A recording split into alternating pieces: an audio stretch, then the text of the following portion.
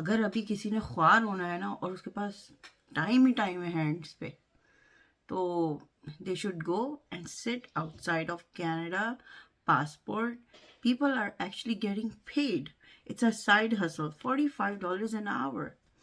Very nice. Just for waiting all night. So they can get a token from that freaking stupid printing machine. So अगर आपके पास time ही time है और आपको पैसों की ज़रूरत है, so why not?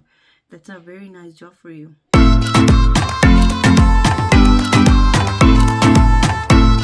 अस्सलामुअलैकुम सब लोगों को, क्या हाल है आप सब लोगों के। और उम्मीद है आप सब लोग खैरियत से होंगे और अपने अपने घरों में खुश और आबाद होंगे। यार मैं अपना तो ना कनाडा पासपोर्ट का ज़रा एक्सपीरियंस शेयर करना चाह रही हूँ। आज मंडे था और मैं आज गई थी सुबह में। मैं 8 o'clock वहाँ पे थी, 8:30 उसका ओपनिंग टाइम है पासपोर्ट ऑफिस का। तो खैर जब मैं गई हूँ वहाँ, तो अगर पासपोर्ट ऑफिस इस कॉर्नर पे है तो line up all the way building के अराउंड में चल रही है पूरे।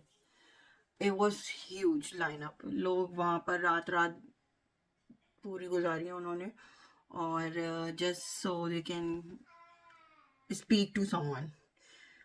और उसके अंदर बच्चे भी थे, बड़े भी थे। आई गैस बुज़ुर्गों की उन्होंने डिफरेंट लाइन लगाई हुई थी, लेकिन it was a chaos।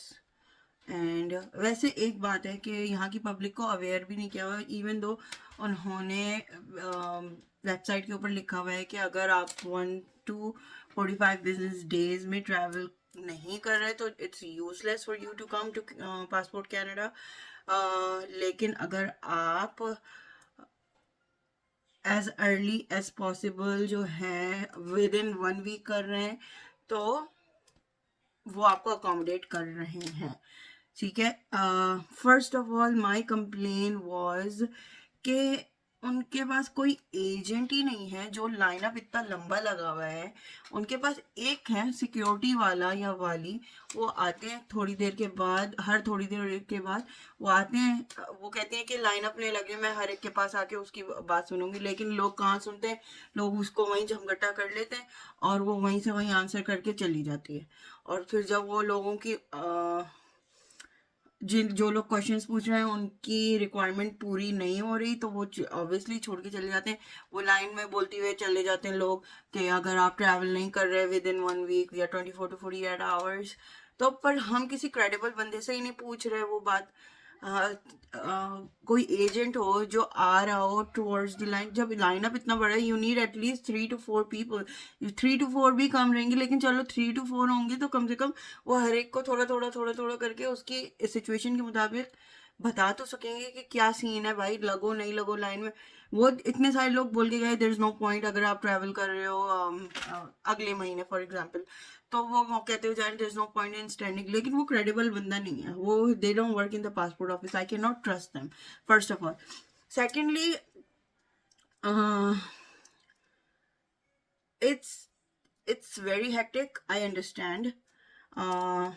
लोगों की डिमांड में है, इस वक्त ट्रैवल कर रहे हैं सारे, और कोविड के बाद रिस्ट्रिक्शंस उठी हैं, तो आई गेस जैसे उन्होंने ड्राइव टेस्ट सेंटर्स वगैरह में एक्स्ट्रा हायरिंग की है, राइट, तो उसी तरीके से यहाँ पर भी उन्हें एक्स्ट्रा हायरिंग करनी पड़ेगी, चाहे उन्हें एक्सटेंड करके बाहर की तरफ थोड़ा आना पड़ जाए पासपोर्ट ऑफिस, जिस तरह उन्होंने कोविड सेंटर्स लगा दिए थे फर्स्ट के उनको ऑब्जर्व करने के लिए।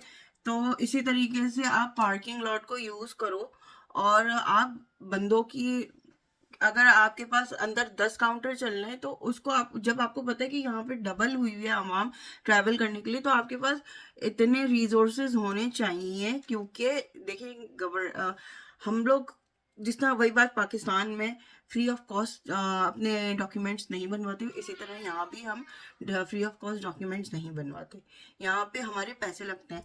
अब जैसे मैंने अब वली और अलाइजा का पासपोर्ट और इवन अपना पासपोर्ट मैंने अप्लाई किया था मार्च में, और ये टाइम हो गया कि मुझे सिर्फ मेरा पासपोर्ट रिसीव हुआ है, अलाइजा और वली का नहीं हुआ। मैं वली में मानती हूँ कि वली और अलाइजा के प्रोसेस में यूँ डिले आ गया है कि बेसिकली जिस यहाँ पर जो गारंटर डलता है उसका पासपोर्ट नंबर नहीं था अलाइजा की फाइल पे, और वली के उसमें ओरिजिनल बर्थ सर्टिफिकेट जाना था, जो कि मैंने नहीं दिया था बिकॉज मुझे लगा कि उसका एक्सपायरी नहीं हुई पासपोर्ट की, उसका सिर्फ डैमेज पासपोर्ट है, तो वो उसी को रिन्यू करेंगे।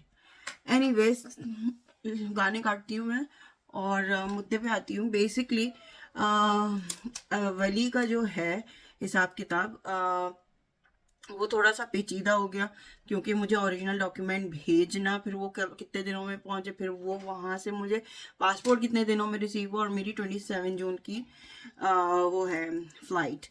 तो अच्छा, अब वो आपसे ये भी पूछे फ़्लाइट की टाइमिंग क्या है, कि अगर जैसे इवनिंग में है तो वो दोपहर की प्रिंटिंग देंगे आपको, तो ये भी सीन चल रहा है। तो मैंने तो फेक ऑब्वियसली बोली, मेरा मेरा दोपहर में, सो आई नीड मॉर्निंग पिकअप।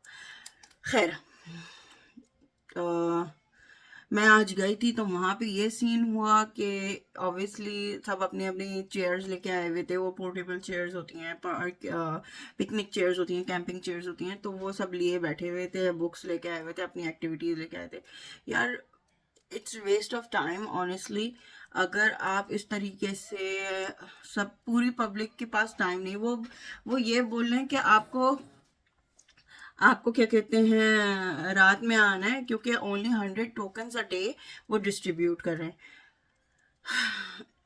तो अगर आप उन 100 लोगों में से हैं तो ठीक है, otherwise they are not able to accommodate you. ठीक। और अब जैसे मैंने बाई कोरियर अपना अलाइजा और वली का वो किया था, तो हमें अब उनको कॉल करके फाइल ट्रांसफ़र करनी पड़ेगी, और मतलब electronically. And if they are, मतलब कहने का ये है कि अगर पासपोर्ट कनाडा से कॉल आएगी आपको, और अगर नहीं आए तो मतलब हमने रिक्वेस्ट डाली है, वो एक्सेप्ट भी कर सकते हैं, डिनाई भी कर सकते हैं। इट्स मतलब हमारे हैंड में नहीं कि 100% एक्सेप्ट होगी, but they are trying to accommodate as many people as possible.